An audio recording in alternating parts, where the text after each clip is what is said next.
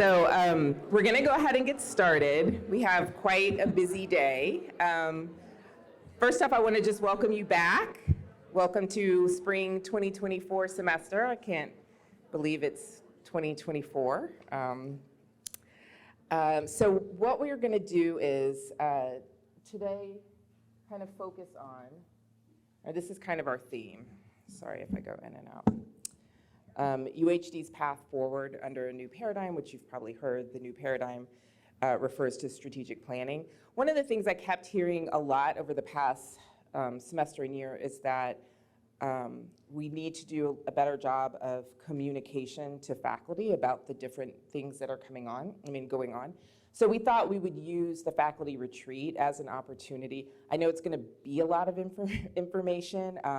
We will also have, there was a town hall in December, and we will continue those communication opportunities throughout the year.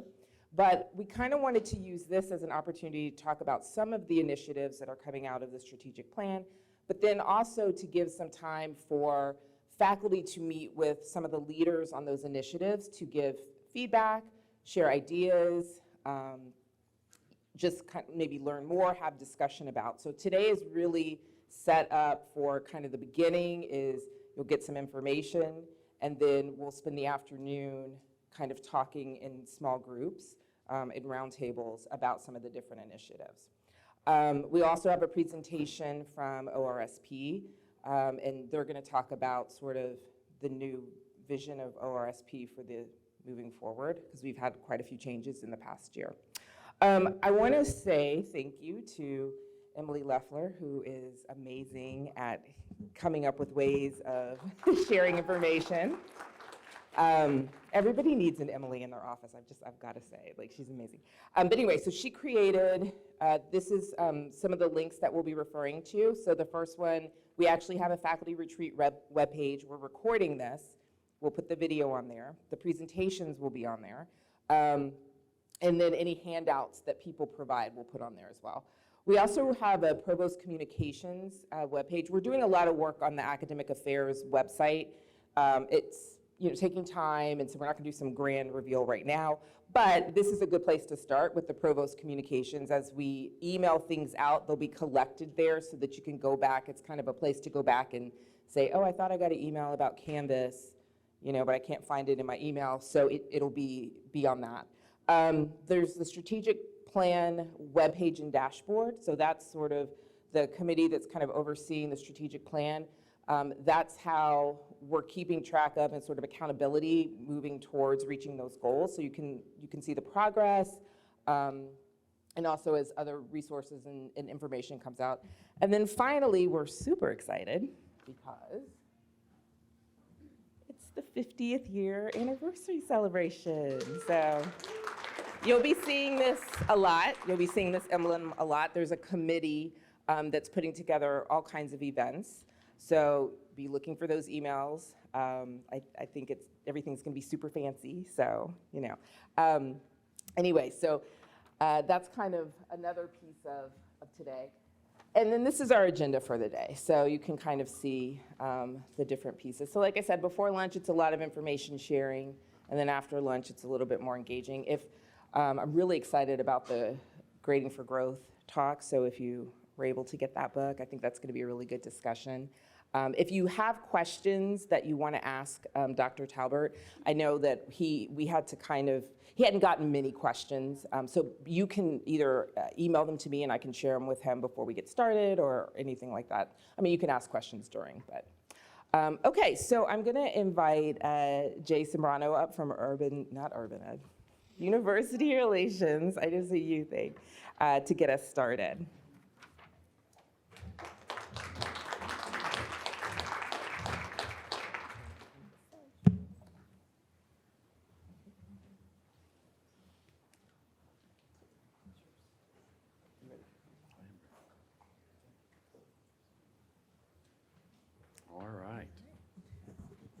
Kind of a weird mic here. So anyway, good morning, everybody. How are you all doing? Morning. All right, let's try it again. Everybody always says that. Good morning. Good morning. All right, good morning. So as Judith said, and thank you so much, Judith, for that wonderful introduction. of what we're going to be doing today, and we're the first ones out of the gate. But it's an exciting year for UHD. We're celebrating 50 years of, changing a lot of lives and saving some lives along the way. But we have such an important role here in the city of Houston and beyond, and we're looking forward to the next 50. But we're going to take a break this year, and we're going to celebrate 50 wonderful years of history of this university. So we've got a lot of things that are planned for the year, and like Judith said, we do some of these events already, but they're going to be fancy this year. They're going to be enhanced, and so we're excited. So that's why I wanted to tell you all a little bit about what we're going to be doing.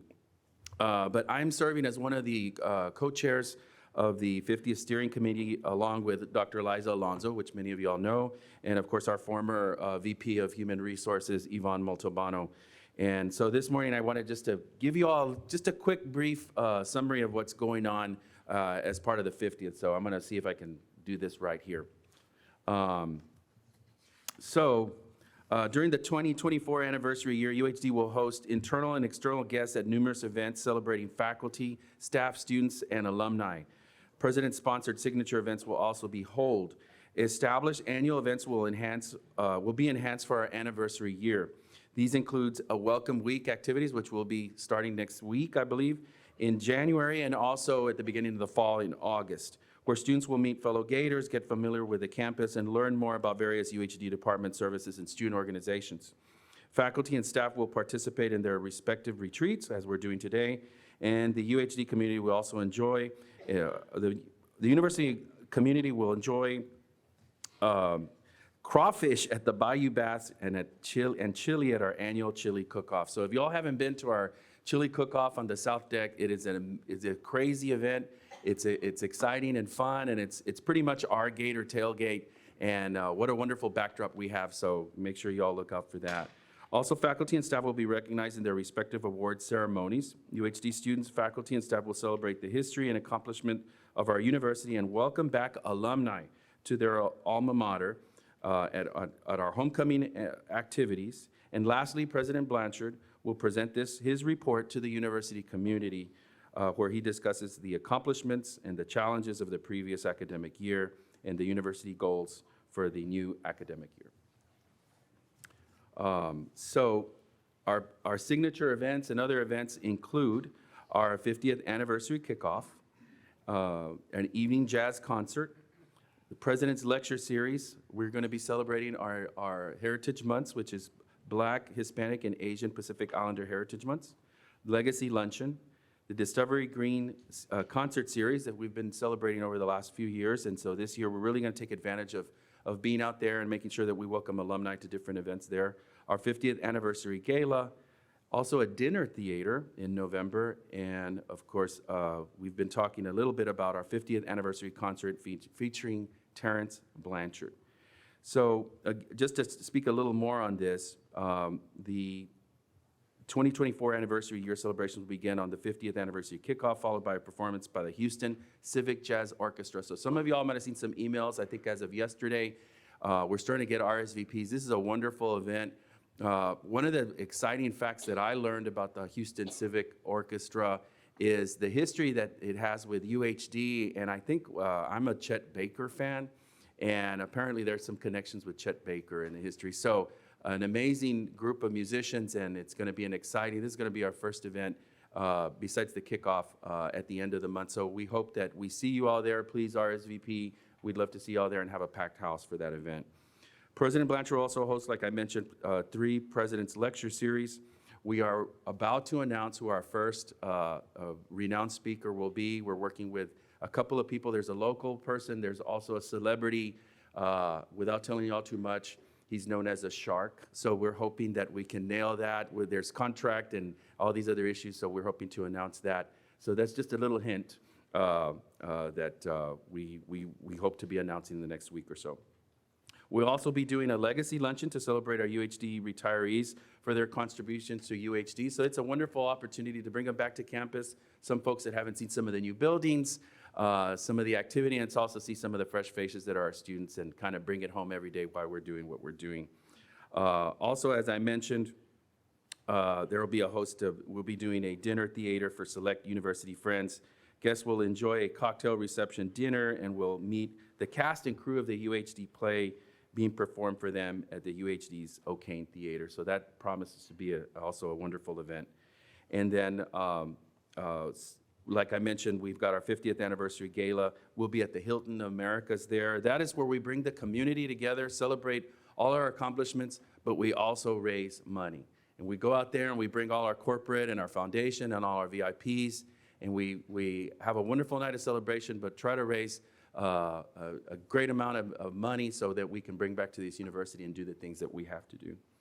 And lastly, just to explain a little bit more about our concert. So we are in discussions with Terrence Blanchard, and if the last name is familiar, it is Dr. Blanchard's distant cousin, but he is a world-renowned trumpeter, pianist, and composer who has composed more than 40 film scores. So if you all have seen a Spike Lee movie, more than likely it's Terrence Blanchard's work. And so talking about a legit person, it is amazing. He has won, he's been nominated for 2 Academy Awards and has won 5 Grammy Awards. So we're excited about having that event. Our 50th anniversary promises to be a year full of outstanding events where we celebrate our history. So we're excited about that. We're really excited. Lastly, we'd like to give props to the people that are helping us put together. This is a massive effort. And so we do, like I mentioned, I do serve with Yvonne and Liza as the leads for this. But, you know, again, we're just kind of the traffic control people. We've got a lot of people that are helping us, and we want to kind of give you a little bit. In order to successfully plan and execute these events, Dr. Blanchard has put us together, you know, and help us put these 2 steering committees and honorary committees. But there is a lot of subcommittees as well. And the steering committee is responsible for planning, coordinating, and executing the 50th anniversary signature events. And then the honorary committee, which is made up of a lot of our external and outside advocates, are also connecting us to other people, new people that we haven't brought to the table, whether are energy companies, we're an energy city, you know, the healthcare, a lot of the businesses. So we're making sure that they know what we're doing and that we're a wonderful place for investment. They've been great in helping us secure new support, new sponsorships, and even things like, you know, for our silent auctions and so on. So we're excited about that. The subcommittees are helping us with logistics, event planning, corporate relations and procurement, entertainment programming, volunteer coordination, communications, pop-up events, and of course, all the history displays that we're gonna have. So it is a tremendous effort. If you can imagine, we're doing all this on top of all the work that we do on a regular year. But we're very excited. We're gonna celebrate. So I hope that you all feel the energy throughout the year. The university campus will continue to change in the marketing and everything that we do say, because 50 years is a heck of a milestone to be celebrating. We don't wanna lose this opportunity to promote ourselves and also raise some money as well for this, you know, for the students that we serve and for ourselves as well, for facilities and research and all the things that we do. So we're excited about that. So again, thank you for listening, and if there's any questions, I'll be happy to answer that, you know, either here or feel free to email me. Again, I'm Jay Zambrano. I'm the Vice President for Advancement University Relations. But before, I'm gonna ask my colleagues to come up, but before I do that, I do wanna just remind, so in my role, I am the Chief Fundraiser for the university, and we have a lot of connections in the community with our foundation. So the difference, just to kind of explain really, really quick, there is 2 fundraising arms for the university, and that's, of course, the private side. That's my side. We work with private foundations. We work with corporations and individuals. And then, of course, you have the Office of Research and Sponsored Programs, and they handle a lot of the federal. And there's at times that we work together because we help each other out, especially in the foundation area. So again, we are the 2 folks. So what I do want to ask all the faculty is that if you want to reach out to somebody because you have an idea or something that you want to get funded, please contact either our office or their office to make sure that we have a coordinated effort. We're not trying to police you. We definitely do not want to stop the effort of raising money because we have a very, on the private side, an ambitious goal for an office our size. We're trying to raise $7.5 million. Last year, we raised a little over $5 million, which on the average, we were raising about $2.5, $3 million. Last year, we crossed the 5 mark. This year, we're trying to do 7.5 because of the 50th anniversary. We've raised about $3 million, more or less, entering into the new calendar year. But again, we're in a fiscal year, so I've got 8 months or 7 and change to hit that 7.5, and we're going to hit it, folks. I can guarantee you that. And we're excited about it, but I do need your help. So if you have ideas, if you have connections, and a question that I get often is, I know somebody, and I know they want to give us money, what do I do next? Please call us, because not only do we coordinate amongst ourselves, so I'll give you an example.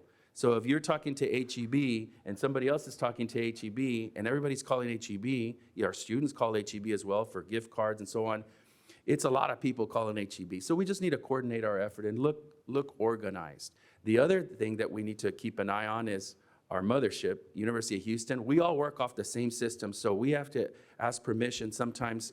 Hey, we're going to talk to these people, and they have to ask us and some of the people that we're working on. So we try to do that. It is a very collegial type of relationship, and sometimes we step on each other's toes, but that's for us to work out. But I just want to make sure that if you know somebody, or if you have an idea, please let us know, because like I said, we've got about another 4.5 to raise. We've got some good plans. We've got some great prospects, and we feel good about it. But we also need all your help. You all are in the trenches. You all are the ones with the new ideas. And we do want to present new, bold ideas that are moving the needle significantly. So that is the message that I wanted to leave you with. And again, my name is Jay Zambrano. If there's any information or any questions that you all might have, please feel free to contact me in my office, email me. We're there to help out and again, try to raise this money for this wonderful university. So again, thank you so much. I'm going to ask Deborah Mogoy now, my Assistant Vice President for University Relations, to share a few words on University Relations' behalf. Thank you.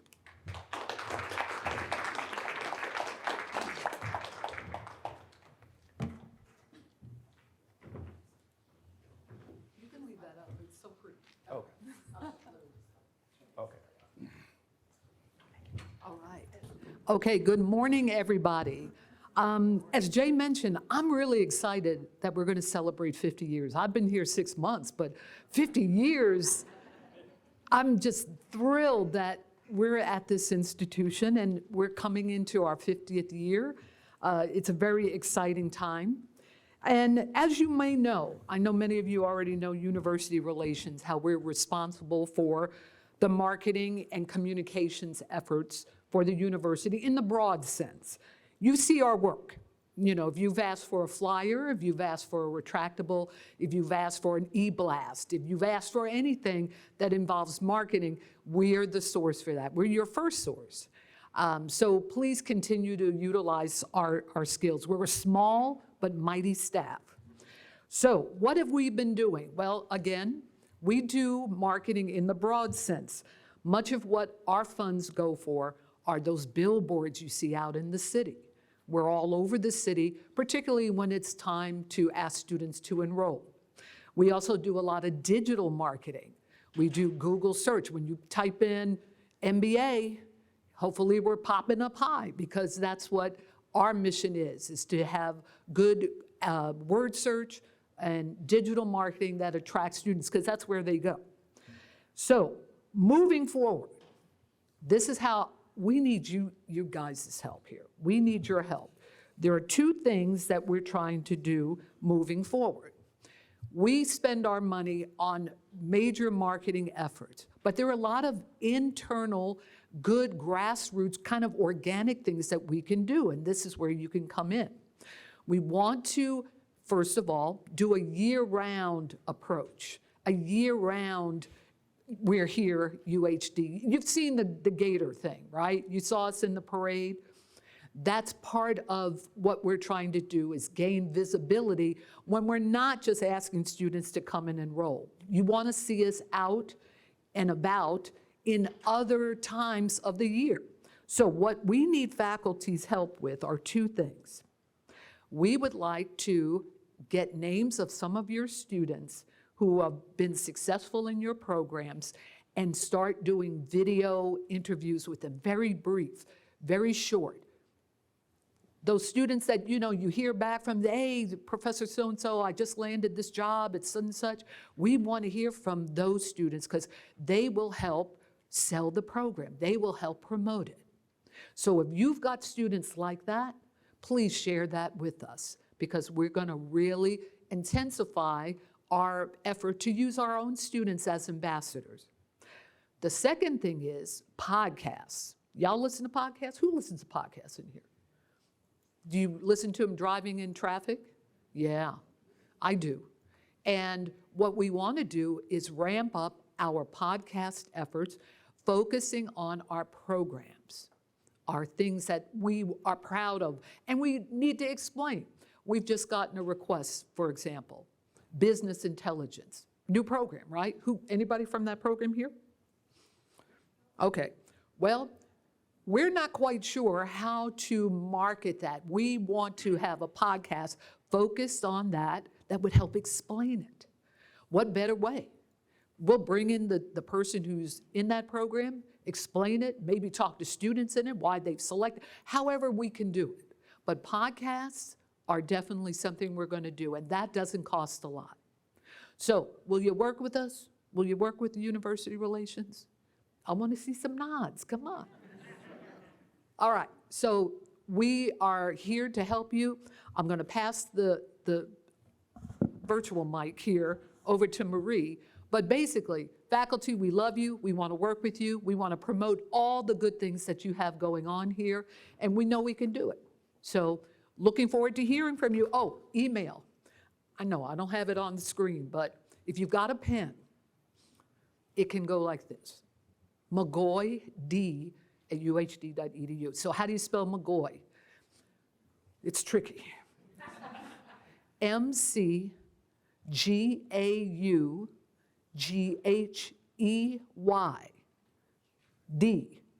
and you know the rest.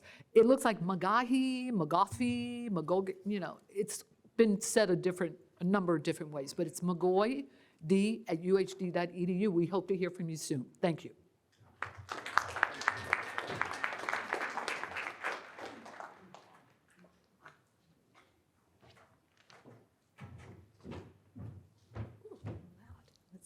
Good morning, everyone.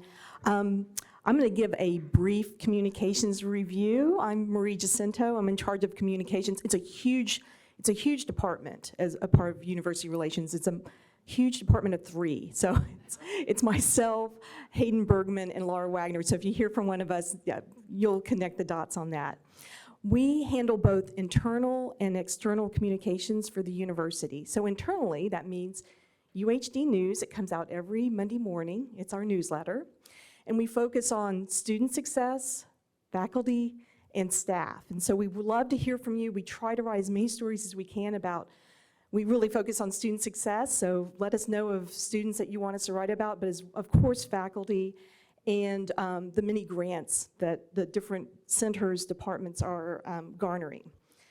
We also have a magazine that we're about to launch, a new name and a new look in about a month. So look out for that little launch party we're going to throw for our new magazine. I won't give away the name yet. And again, we look toward you. We try to focus on those 3 areas in the magazine as well. Externally, we handle social media, the official UHD accounts, LinkedIn, Instagram, Facebook, and X, which was Twitter. So for LinkedIn, please be active in LinkedIn because we will tag you in the UHD official account. We'd love for you to then share that. It helps promote your courses and it helps promote the university.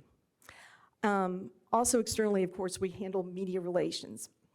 So if you get a call from a reporter, that's your decision to speak with that reporter or not. I would really appreciate your letting me know that you've been contacted by the media.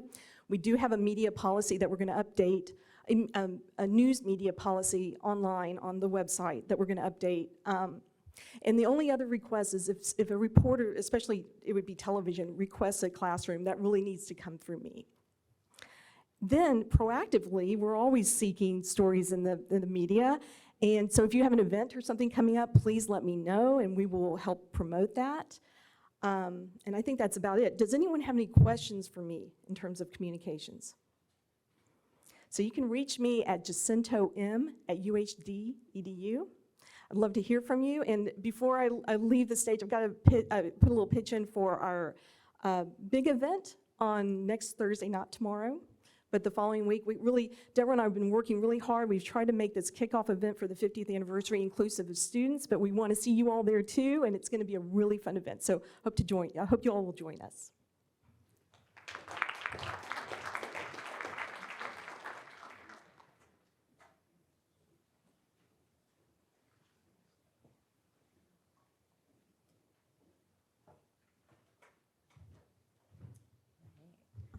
Thank you, University Relations. I must say, this is my 13th year, and when I first started, fall of 2010, I'm from Houston, so I would go to events, and I'd be like, oh yeah, I'm faculty at the University of Houston downtown, and people would be like, what, is that like a satellite campus of U of H? Then I was at sad story, I was at a funeral this weekend, and I mentioned it, and I was about to be prepared to say, no, UHD is its own institution. But the people I was talking to were like, hey, I just saw that article about the bilingual e-library that you guys have. And then somebody else was like, yeah, you know what, I was driving downtown the other day, you guys are really expanding. So I'm like, hey, we're really making a name for ourselves. So it's pretty awesome. So, in thanks to University Relations. Okay.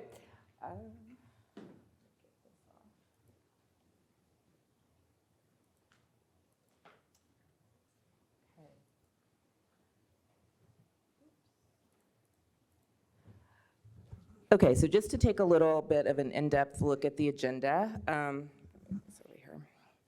The next session is a series of presentations about the strategic plan and UHD initiative. So you'll see different people will come up and talk very briefly about pieces of the strategic plan. Again, it's a lot of information sharing.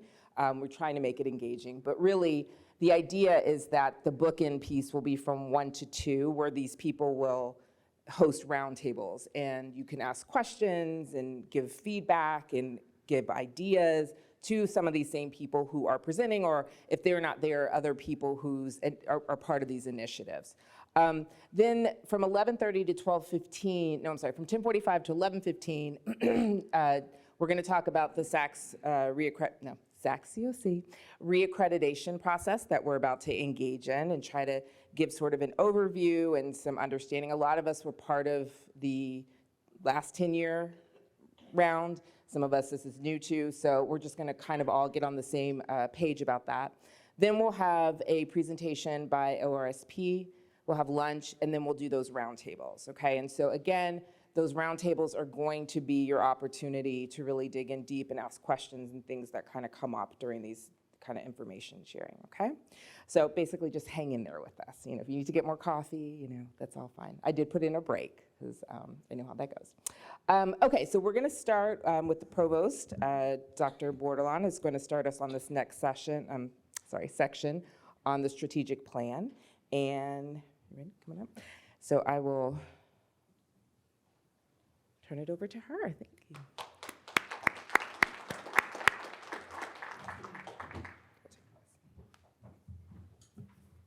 Okay, thank you so much, Judith, and welcome back, everyone. I hope you all had a wonderful break, got some rest, hopefully able to spend some time with family and loved ones and to rejuvenate, because you know, we have a busy year ahead of us as we're entering into the spring 2024 semester. A couple of things before I get into the strategic plan piece. As you know, the only constant in academia is change. And in my office, there has been some change in the AVP position.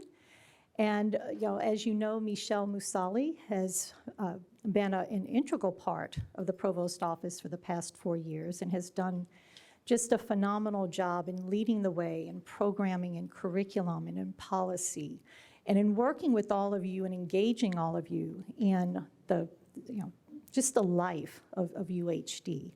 And she is leaving us to take on a fantastic opportunity at the University of Minnesota Mankato, and will be missed very much at UHD. However, as I told her, with technology, you're only a phone call away, and so, or a text or an email. But I just want to publicly thank Michelle for, all of the work that she has done in when I came on board in June of 2022, we had a pretty slim staff in the office, and she was just phenomenal in helping me out in getting acclimated, in understanding processes and, kind of the lay of the land and what needed to happen. So I just have a very special place in my heart in gratitude for Michelle, and if you would please join me in thanking her.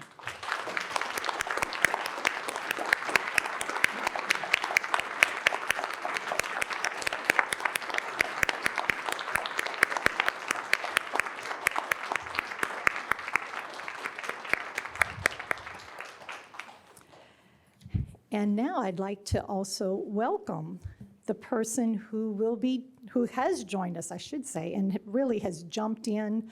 As I shared with him, there is no rest for the wicked. So, David Ryden has been selected to serve as the AVP for Programming and Curriculum, and started on January the 2nd. And like I said, he, day one, it was like, guess what? Your calendar is now full for the next couple of months.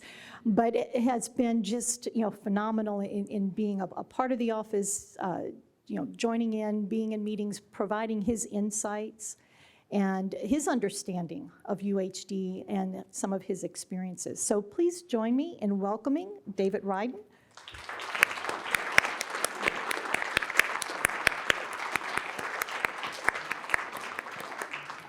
So we have a lot of exciting things going on, and we'll continue as we enter into this new academic year, and just a lot of great things, especially with the 50th anniversary. So today's goal in looking at the strategic plan is to really give you an overview. As Judith shared with you, in December we had a town hall meeting. We were able to share some information on the strategic plan and kind of where we are in this process. And with any strategic plan, it's important that, one, it's not a document that sits on a shelf, that it is dynamic, and it's one that evolves. Because you have you can plan the most beautiful document and have these wonderful goals and objectives, and then when you start implementing them, it's like, oh, we need to make some adjustments and tweak. And it's important to be able to collect that data, share that information, and to get input as we're going through this process. So today we're going to be going over just some highlights. And as Judith shared, we're going to be doing roundtable discussions and going into a little bit further depth into the various aspects of the strategic plan. But it doesn't end today. It's going to be ongoing, and we'll be planning more opportunities to share information, more opportunities for you to provide information. And there is that website now for the strategic plan with dashboards so that you can go on and take a look at where we are in the process. And also there's a spot on there for you to provide feedback. So, it's important that you do take a look at it and let us know, do you have any questions? Are there things that perhaps we need to be taking a look at? So, just really exciting, and an opportunity for us to really highlight what we're doing well, recognizing what we need to do, and how do we get there. And when we're talking about the 50th anniversary and kind of celebrating the past 50 years, in that celebration, it is recognizing all the great things that have happened, but also recognizing where we're heading and the growth that we have the opportunity to participate in. And that's where all of you come into play. Okay. I can, okay, great. Okay, so in looking at the framework for the strategic plan, it's set up in this format where we have goals, and then we have defined strategies that are associated with each goal, and those strategies articulate what we do. And so, what do we do in accomplishing the work that is associated with the strategic, with the goal in the strategic plan? And then each goal has a series of objectives that are associated with that. And the objectives are kind of about how we measure our progress. How do we know what we're doing? How do we know if we're on the right track, if we need to make some adjustments? As I shared with you, we have the Power BI dashboard. That's going to help us be able to tell that story on how we are measuring. Each goal also has a goal leader, along with the strategy leader. And then for the academic goals, which as you see, as we're going through, a lot of these goals are in the academic affairs area. So we're very much engaged in moving the university forward. We've also, as we go through, you'll see where there are, for the academic goals, there are deans that are associated with each academic goal, and there are also associated committees that we already have in place that are really aligned with achieving that particular strategic goal. So the structure, as we go through, you'll see it on the next few slides. And as you are listening to the presentation and you're looking at this information, hearing this information, think about the questions that you have. Think about what information you want to see as we're moving forward with the strategic plan. Again, your feedback is essential in this process. It is not something that is, oh, we're done, strategic plan, we've got it up there. It is dynamic, and it's your input that's going to help us continue to achieve these goals and to be able to really make a difference on how we tell our story, how we get that information out. And as Jay was talking, when we're meeting with donors and community members, internally, meeting with all of you, with our students, with our staff, we need to be able to tell our story. And oftentimes, that strategic plan provides that foundation to tell the story. So today, when you're looking at or when you're planning which tables to attend and such, take a look at what piques your interest. What would you like to get more information about, and what would you like to get more involved in? So let's take a look at some of these goals. Okay, the first one is Goal A, enhancing student success. So it should be no surprise that this is number one goal. This is our number one goal. It's what we've been focusing on. It's who we are. It's what we're about. And so the emphasis on student success permeates every aspect of the university, whether you're in facilities, student affairs, academic affairs, student success, the business office, you name it. Everything is tied into student success. So Lisa Joyner and I are the strategy or the goal leaders on this particular goal. And, in looking at the things that we're doing, we really are focusing in on, how do we enhance the student experience in the classroom, but also in getting them into the university and through their program of study. We have done a tremendous job in reimagining and re-envisioning the advising process, in looking at the college advising centers, the academic success coordinators, the way that we're approaching advising and engaging students, and also looking at working with students to understand, enrolling full-time in a program is important. And we all know we all have busy lives, and it was interesting as I was working with the students in the fall semester as they were registering, having those conversations with, yes, we know you work, we know you have families, we know you have other obligations, but how do you take a look at that bigger picture? Because we want you to be able to achieve that degree in a timely fashion so that you can go on to graduate school, go on to your career, and we'll work with your schedule to make sure that you have the time to devote to your classes, but also access all the resources that you need and what you need to be successful.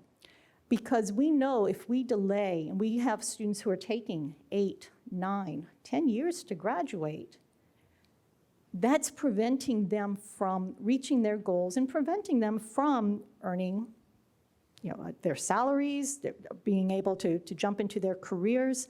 And the more that we can assist in looking at ways that we can help them go through their program of study, taking advantage of mini terms or summer terms, as well as the regular semester, it's extremely important. We also have put in several stopgap measures that will help students, that we've been more intentional in trying to identify those students that need that assistance in kind of seeing where's the finish line. Because it's been interesting in having conversations. Some of the students, have been taking classes and enrolling and going through the process, and it's like, well, when do you see yourself completing? And it's kind of this swirl. And it's like, no, let's sit down and map this out because we know we want you to complete your degree. So this morning, we're going to take a look at a couple of things, data points. And again, this is all on the website. I know it's kind of small print, but you can go to the BI, Power BI dashboard and take a look at it. But you'll see where we have the strategy, deliverables, the next steps, and that will we'll keep fleshing that out as we're moving forward.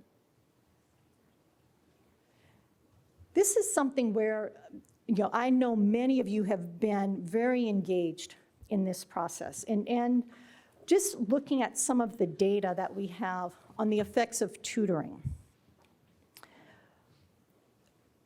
This is data that was coming from the fall terms from 2017 through 2020.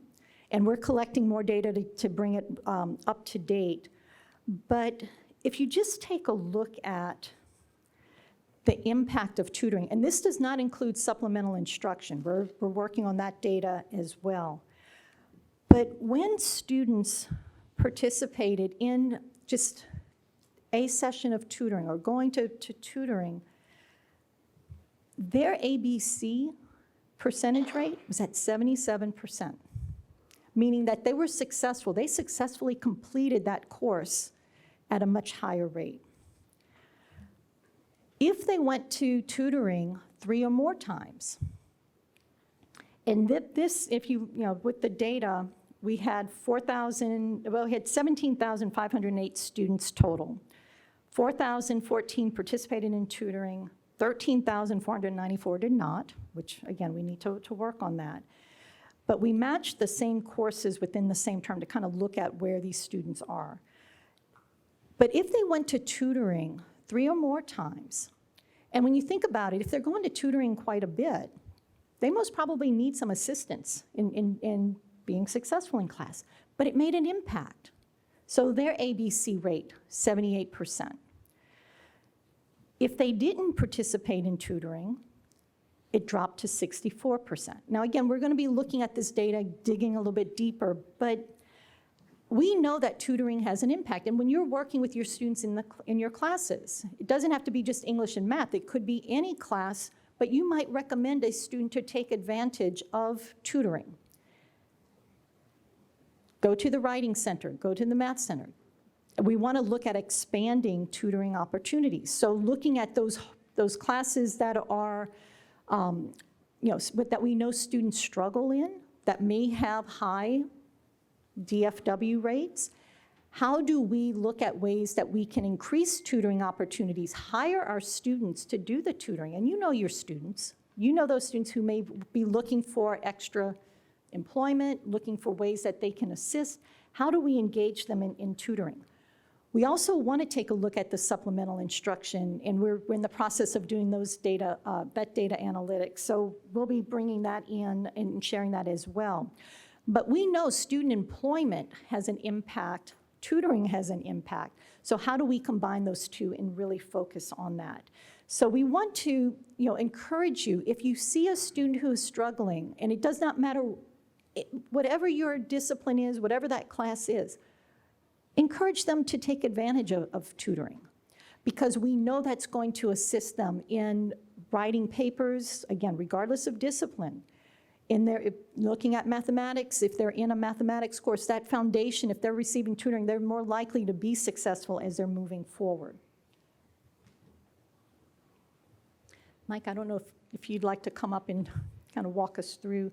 We've been talking a lot about degree completion and really working with students who are, on the cusp of graduating, or, those super seniors. I'm going to turn it over to Mike Connolly, who can share some of this information. Good morning, everyone. I'm Mike Connolly. I'm the AVP for Advising in Student Progression. two of the biggest strategies I have are effective advising as well as retention and graduation numbers. And so two programs that we have going on right now, which are called On the Cusp and Super Senior, they're basically on the exiting metric for getting students to graduate. So what we've done is we've looked at, On the Cusp is we look at the student's degree progress report, or DPR, and how close are they to finishing up their degree. So you see the 100% in green and then the 90% in yellow. We have 80%, 70%, 60%. And these are all triggers to help advisors, the ASCs, to reach out to the students, to plan out those last courses, to make sure they stay on track and to make sure that they get done on time. And so that's how we're doing on the front end to make sure we're proactive in getting the students out in a 6-year time frame, which is what our metric is 6-year graduation rate. Where we have some fun is looking at the super senior list, which is those students that have exceeded the 6 years as well as the 120 credits that we want to see them graduate with, because that's the requirement. It's 120 degrees to graduate. So you can see by credit bands, we have several students that have been here quite a long time, have a lot of extraneous credits, and that's what we don't want to see, because every extraneous credit is extra money that's costing the student more debt, more time, and more frustration for them because they seem like they're not getting anywhere. And as Dr. Borland was talking about, that swirl that's happening, and this is one of those pieces. So what we've done is, on the super senior side, we focused in on those. They're not improving our quote-unquote 6-year graduation rate, but it's our duty to support these students to get them out in a timely fashion. So we've kind of missed the timely part, but it's time to move forward on, let's get them their degree to get them out there. So you can see just, we have students that have greater than 200 credits, and there's 31 of those students, but we now have 17 of them already set up to graduate in this spring semester. So great success in really working with the students to get them back on a plan. Granted, some of these students stepped out, came back, stepped out, came back, so there is a time component with it, but at least we're helping them reach their academic goals. What else can I say? So on the academic advising side, we've gone to a case management system, which means each student is assigned to an ASC. And so this is a qualitative measure that we have going on, is to build that belonging, that relationship building between that ASC and that student, which will help them feel like UHD is their place, there's someone that cares, they feel like they can be here, and they really then start to have someone to go to, help them with their degree plans, and help them get out in a faster time frame. That's how we're trying to accelerate it on the strategy of effective advising. So, are we taking questions now? No questions. We'll follow up during roundtable. So I will have 2 tables, so if you're interested in more about this, please let me know at 1 o'clock.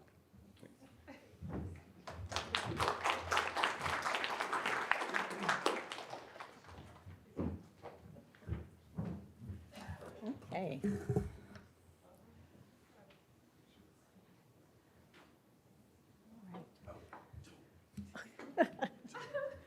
Are you going to come do this one? Okay.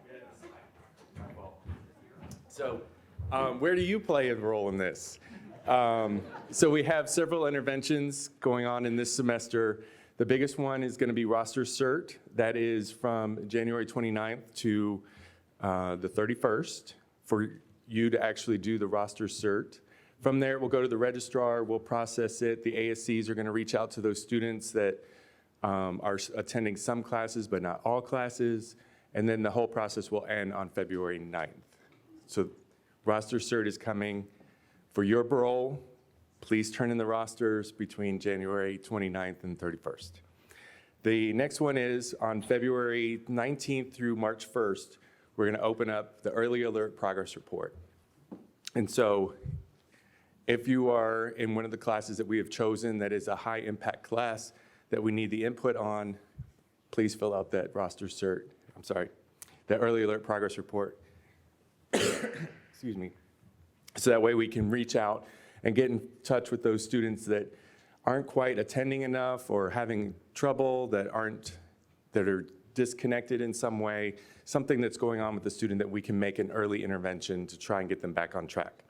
And then we have changed what was called the ad hoc alert, and we changed it to a care alert to be more aware of the interest that we have in our students. So you can do a care alert, which is on the screen, which is really small.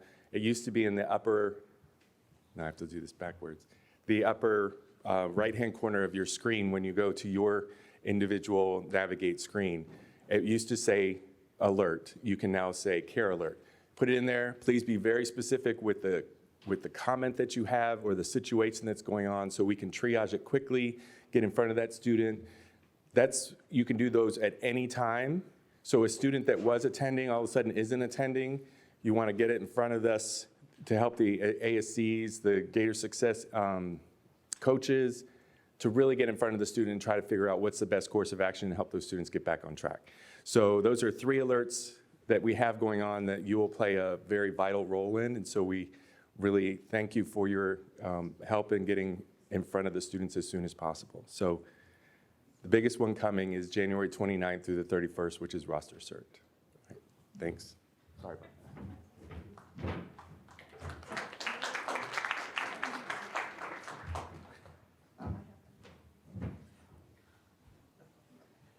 Okay, so, again, much going on for student success, but also taking a look at, ways that you can get involved and engaged in this process.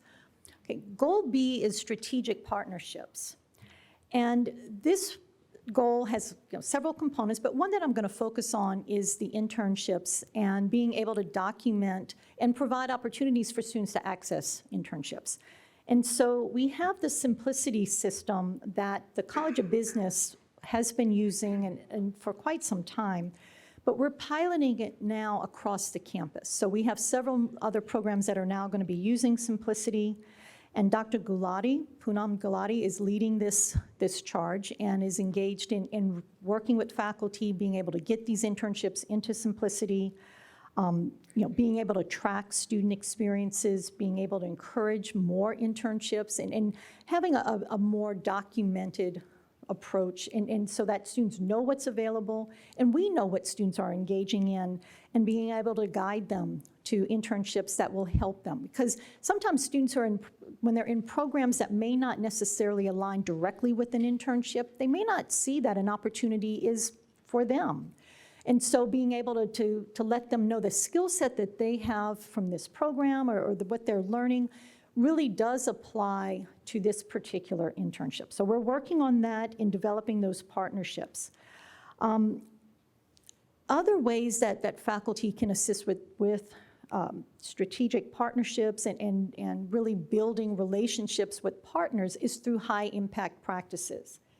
And again, this is just some preliminary data that we've been able to collect, and looking at our 2016 cohort, which would have been, if we looked at our 6-year graduation rate, would have been in 2022, and we're looking at it, collecting more and more data.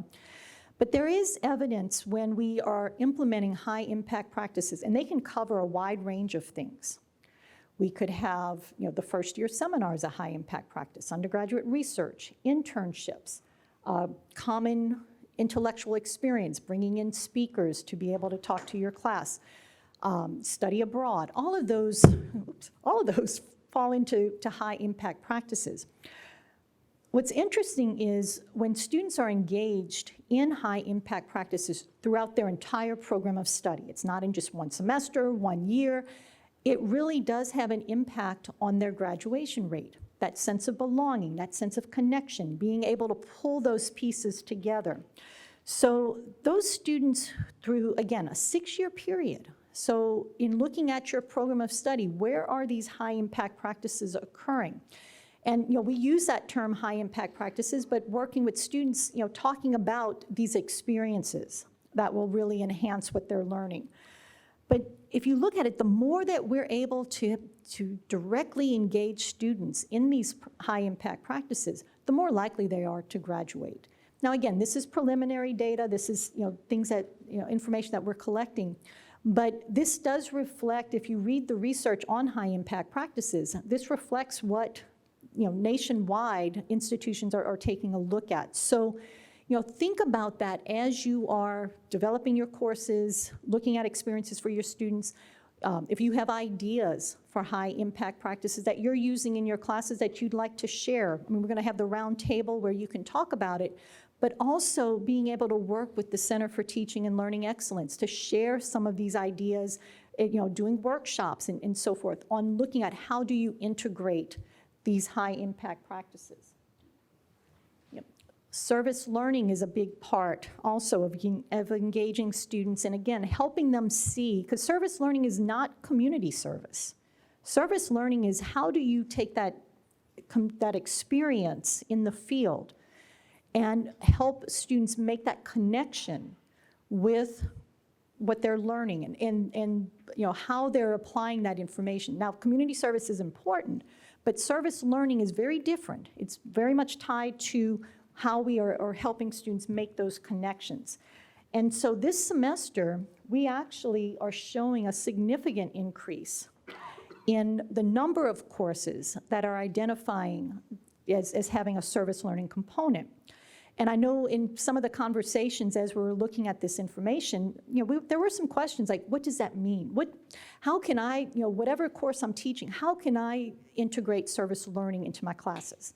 And some people have a very elaborate service learning component, but it doesn't have to always be, this really large project. There could be other things that you can incorporate into your classes that indeed is service learning and engaging students. So during the roundtable, please ask questions. Take a look at some ways that you are incorporating service learning. And again, we're going to be providing additional information and workshops and things to talk about. But if you're doing something in your class, share that information, because it really is a continuum of experiences. So Dr. Galati is always looking to work with you and to incorporate more service learning into your classes through the Impact Learning Office.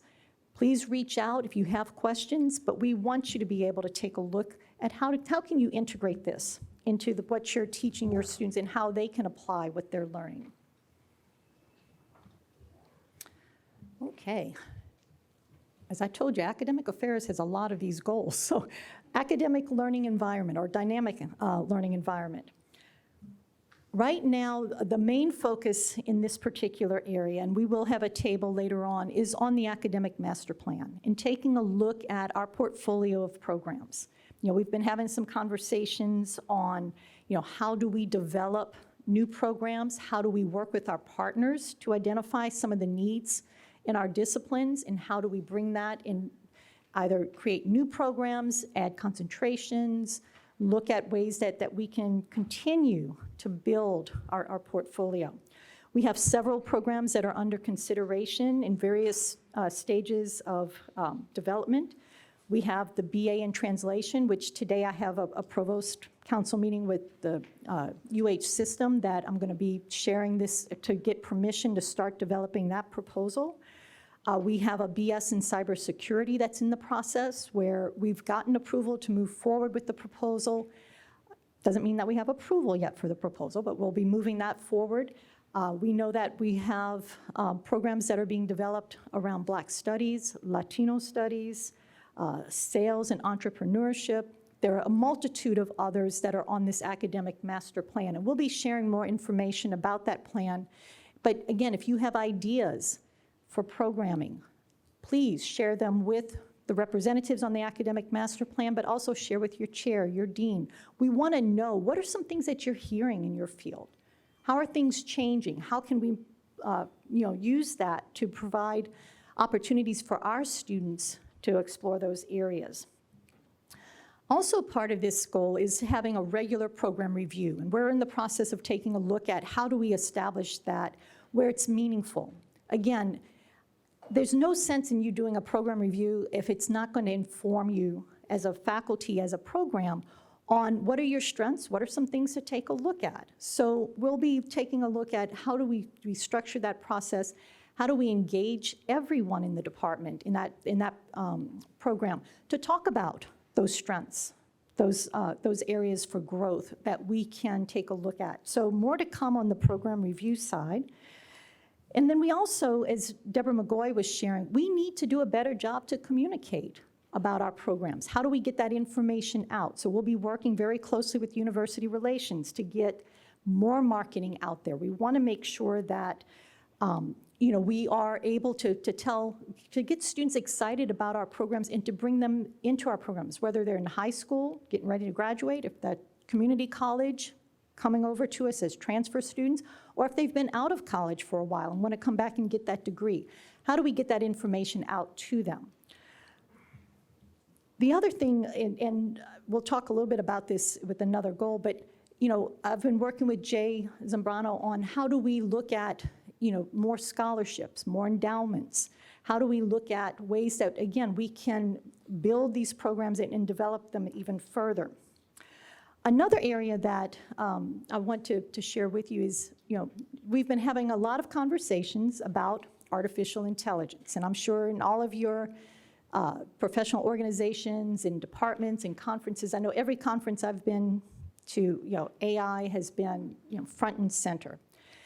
And I know we've heard a lot of the concerns about AI, but what I'd like to bring forward to you, and we're going to be having a little bit of fun with this, having some, for lack of a better term, a competition or contest, to really take a look at how are you and your students using AI to enhance learning. So more to come on this. I'll be sending out some information, but there are opportunities to harness the technology. It's not going away.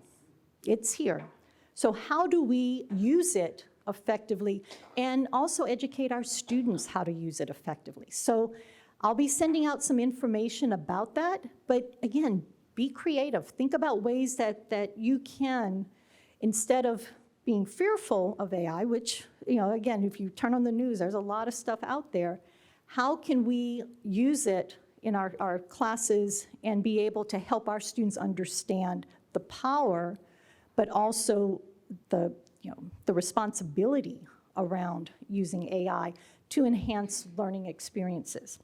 There is an AI conference, I'll be sending that out to you as well, that UH is hosting. And again, please feel free to attend. It's nearby, and we'll be, I'm hoping to attend. I hope many of you will be able to do that as well. So just kind of a quick overview of the academic program ideas. The vision is basically looking at the proposed programs, short-term, mid-term, long-term programs as far as the planning process. As I told you, David has jumped right in. The AVP for programming and curriculum will help shepherd the official approval process as we are developing these programs. And then so far we have approved the MED in leadership, which started fall of '23, which is thriving and doing pretty well. And then our MSW, we do have approval to move forward with it, and now we're working with the coordinating board and SAC-COC, and our goal is to launch that fall of 2025. So I look forward to that.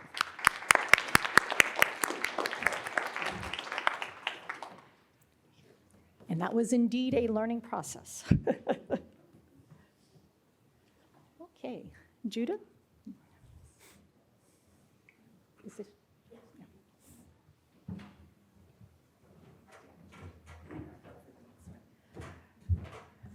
Okay, so one of the major goals in my portfolio is this engaged faculty and staff. If you look at it, originally there was two. It was faculty and staff is one goal, but we have since separated it to just focus on, for me, to just focus on the faculty side. And Erica Morales is focusing on the staff, although we do work together because some of the issues or concerns are the same. But this is the overall goal. Let me see. And so where we've put most of our attention has been around faculty workload. So we've been in the process of working on a faculty workload policy. So most of you know, right, we have a teaching load policy. We don't actually have a workload policy. And so there's a lot of reasons why we need this. It's come up in conversations with HR around different kind of things that we don't have this. When Divya joined us, she said it was probably something we needed to get down. And as long as I've been here, this has been something we've been talking about. So we have a working group. It's Ron Beebe, chair of Urban Ed, Kevin Buckler, chair of CJ Social Work, Jerry Johnson, who was in my position before and really laid the groundwork for this discussion, had done a lot of work already, so I'm literally just picking up the baton. Erica Morales, who kind of consults with us, myself, and Dean Uzman. So we will have a roundtable on this that Dean Uzman, and actually he's here so I can ask him, and maybe Dr. Beebe would be part of that roundtable too, but to kind of talk about this. Some of the things that we've done so far, this group started in the fall. We've been looking at teaching load data from other institutions. We contacted Hanover. They'll do a certain number of inquiries for us. So they gave us some data looking at what the teaching load looks like at similar institutions. We also looked at teaching load data from the previous several years here and looking at what is the typical teaching load for faculty, given course releases and that sort of thing. We're currently in the middle of conducting an audit of department, college, and university committee service work. That's probably the hardest part of this, is really capturing what faculty service looks like. And so we're starting with the committee work, knowing that it's definitely going to expand beyond that.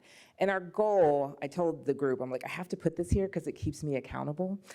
We're going to hopefully have a rough draft policy that we'll share with Faculty Senate first, and then largely to the bigger community this spring. We know that this is this is a huge policy, so we know it's not going to be done anytime soon, right? It's a new idea for us to try to put some policy around workload.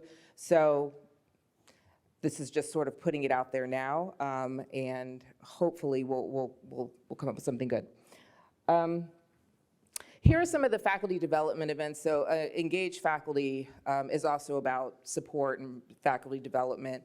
And so here are some of the ongoing things that we have been doing. I heard a lot about the need for providing training, leadership training for faculty, which I think is important as we think about who's going to take over in the department chairs, and other things have sort of come up. So my goal is to work with the new VP of Human Resources. We don't have that person yet, but to work with them to kind of come up with some ideas of how to do this. And then also there's a lot of CTLE activities that are coming up. A new one that Greg is putting together is the CTLE Teaching Academy.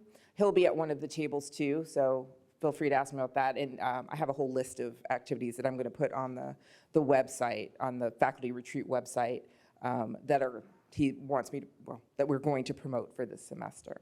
Okay, so that is goal D in a nutshell, basically what we've been working on.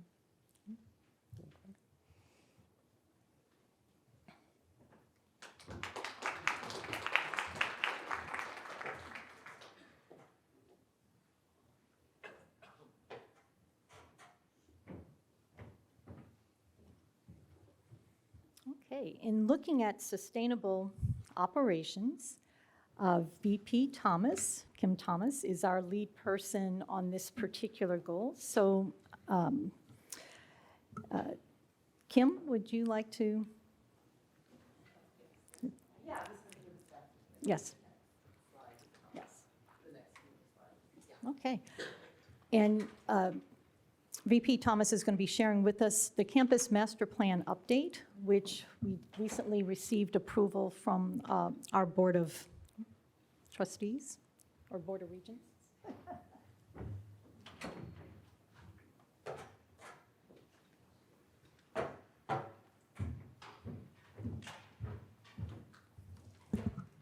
Good morning. And the Campus Master Plan is one of the strategic objectives for the sustainable operation. That's goal number E.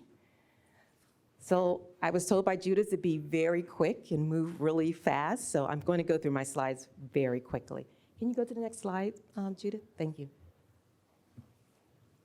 So before I start the update on the campus master plan, let me tell you about things that are happening now that are underway. So we have 2 campus projects that are happening. I know this morning when you drove in, you probably saw some trucks and some cranes. So we're in the process of installing on the one main roof, the University of Houston downtown rooftop sign. That's perfect timing as we go into our 50th anniversary. So that's happening today. We don't know exactly the time when that will be completed because of weather. You know, things are coming up at the end of the week, high winds, things of that nature, and also rain. So, but we hope to have the sign completed within the next 2 weeks. The other project is the Gator Expansion Project. So that project, we changed the name. It's the addition of the 4th floor to the Girard Street Welcome Center. Also, it's the repurposing of all the vacant space once units move from the one main building to the new space on the 4th floor of the Girard building. So that project is right now in the design build phase. We're working with architects to finish the programming of that. So we're scheduled to actually start the construction of that project at the end of this semester, the end of spring, the start of the summer. So more communication about that project, how it's going to impact the campus, because it's going to go for about 18 months to 2 years, is coming soon. But we're excited about that project. That's going to give us so much space that we truly, truly need going forward. Next slide. So let's dive into the campus master plan. So the campus master plan, there were 5 goals that were identified by stakeholders, and those goals were what we need to do if we're going to design the future of our campus. It was a clear sense of identity and visibility, attractive functional spaces that enhance the student's experience, flexible learning space that promotes academic excellence, and increased access to and through the campus wayfinding, much needed, and integrating our campus with downtown Houston. So those were the 5 goals. With those 5 goals, there were common ideas that came from stakeholder meetings, mostly from students, about what they wanted us to do going forward. And here they are on the screen. So once again, improve wayfinding, gathering spaces for students to hang out and share with each other, green spaces. I know everyone can agree with this one. Improve parking, recreational spaces and fields, and define the campus borders and have entrances to the campus. Know that you have arrived at UHD, and the one that we were really excited about, that we got a permission to actually present to the Board of Regents, was student housing.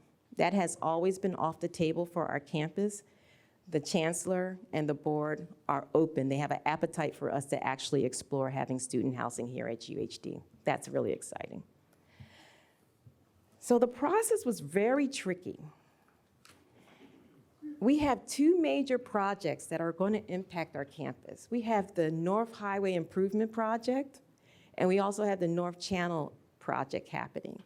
So when we went into developing this campus master plan, we had to know these are 2 uncertainties as far as time horizons that we don't know. So what we did is that we did 2 plans. Judith, can you go to the next? Oh, you're on it, thank you.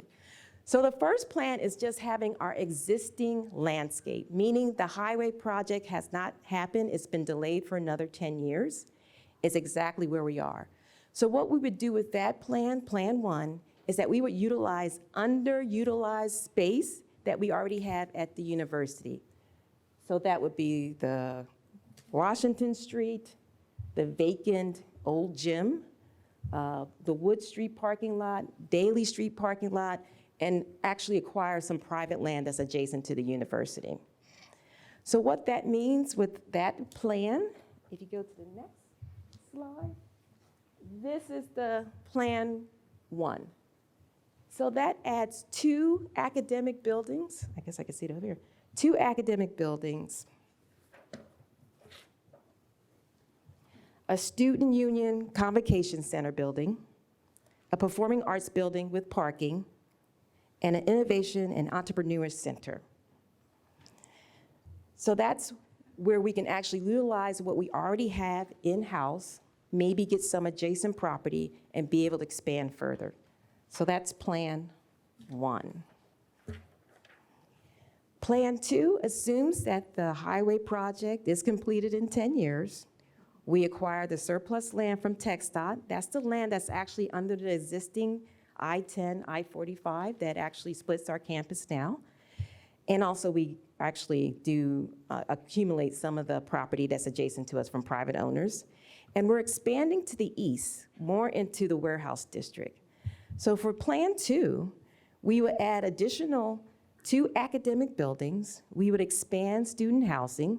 We expand parking. And we have 2 separate buildings, a building for a student union and also a separate building for the Convocation Center. Of course, both these plans also incorporate gathering spaces, green spaces for our students, and also addresses our wayfinding issues that we currently have. So those are the 2 projects, the plans that we presented to the Board of Regents. We are getting more information from TxDOT that they are moving forward with the highway improvement projects. We are getting dates that sound like they may actually start the segment that affects UHD probably 2027. So if that's the case, we will go with Plan 2. But everything's up in the air. The project has been delayed over the last 15 years, so we'll see how everything falls out. So the next step is to finalize our plan, to publish it for everyone to see, and also make sure that we have an implementation strategy. We have to make sure we have the funding. We have to make sure we know what our priorities and our visions are going forward. Our strategic plan is for 5 years, so what is the next 5 years? We also have to take into account the academic master plan. Are there new programs coming on board? How do we address those new programs coming on board? So there's a lot of tweaking that will happen with the plan, and we put in that information into our strategy going forward. So that's all I have. Thank you. Judith, did I do 2 minutes? Okay. Thank you for having me.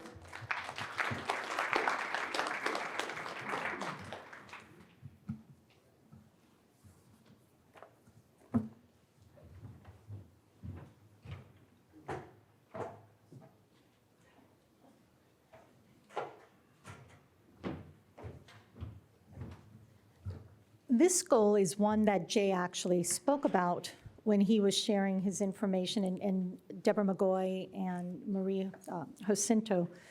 In visibility and recognition, again, we know that we need to be able to get, our name, our institution out in the forefront. So, the billboards that have been going up, the social media campaigns, the ways that we are addressing, just making sure that people understand that, who we are, what do we do, and how do we serve our students, and the types of things that are going on at UHD. So, looking at our website, we did migrate to a new platform for the website, but we know we need to update the website pages and to make sure that they're more user-friendly. I think Deborah was talking about, the Google Analytics to make sure that if somebody puts in a program, UHD comes up pretty quickly. So a lot of good things that are happening, but she will be reaching out to many of you in talking with you about your programs and looking at marketing materials, looking at ways that we can get the word out to, again, a wide variety of constituents who may consider UHD as the place to be. And we want to make sure that they do think of us as their destination, as they're looking at academic programs.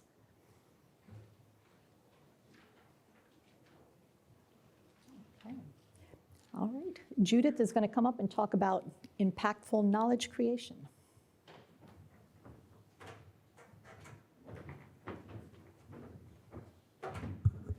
Okay, so this is my second goal.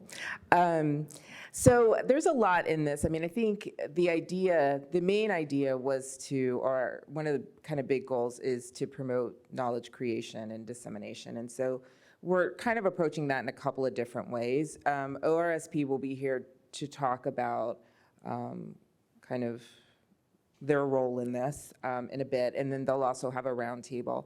I'm just gonna kind of focus on the aspect of sort of creating this database,